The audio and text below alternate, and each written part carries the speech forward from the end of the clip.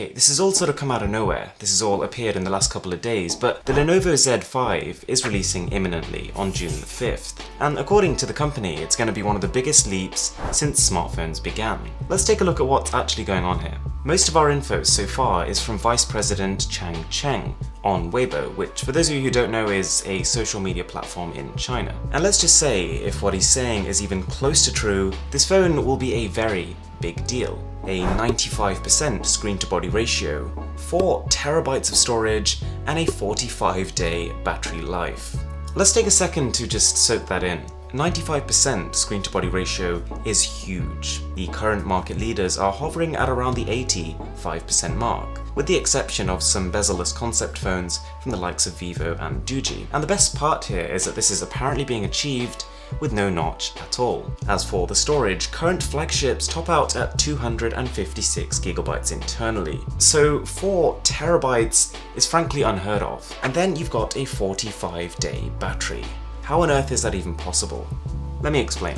This is a form of marketing known as guerrilla marketing, an unconventional way to promote your product to catch consumers off guard, using as little budget as possible. And the more you think about it, the more you realize it makes a lot of sense in this case. Lenovo is on the back foot in the smartphone market. They take up barely 3% of global sales, due in part to weak marketing. So here's the thing, they don't have much to lose. If Samsung or Apple made wild claims about their upcoming devices and then failed to deliver, they stand to lose billions, not just in unsold products, but also brand image. For Lenovo, it is a way to become relevant, to shoot to the top of the headlines, and whilst I'm not going to say what we've heard is a complete lie, I'd be willing to put money down that this is a stretch of the truth. So whilst we don't have any concrete information yet, and we're going off Chinese social media sites for our information, I would say this: don't get too excited. 4 terabytes is a hell of a lot of storage, and wouldn't even make sense from an economical standpoint. That much flash storage isn't cheap at all, and won't be of much use to 95% of the market. It could be some sort of cloud storage solution, something similar to Google Photos, but perhaps a service that accepts all kinds of files. Alternatively, we've been seeing phones that support 2 terabyte microSD cards for a long time. So it's possible that what Lenovo means is that they're just bumping that up to 4. I don't think this will be the case though, because this would make genuinely zero difference to consumers, because the maximum storage microSD card you can buy right now is 512 gigs. Battery life is something that is very commonly mismarketed, and this 45-day figure we've been given is more than likely how long the phone will go whilst on an ultra power saving mode, or even on standby. Now, to be fair, that in itself is pretty impressive, but it's not out of the realms of something your current phone couldn't already achieve, using like a hibernate function.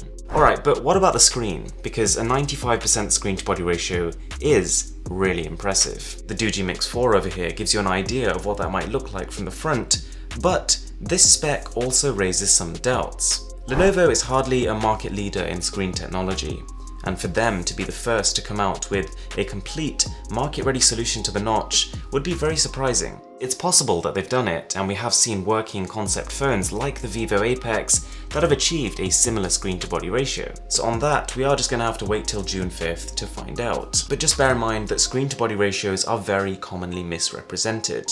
Just as an example, the Xiaomi Mi Mix claimed 91% when it was launched. And even though it was in the end still impressive, the actual figure was closer to 83. But Cheng, the VP, has claimed 4 technological breakthroughs and 18 patented technologies to release with this phone, which is a lot for one device alone. But again, even if 5 of these breakthroughs are to do with the battery, it's still unlikely that this is going to be anything next generation. In fact, the way batteries work has been the same for the last 100 years, so the chance that Lenovo is leading the charge on this is unlikely.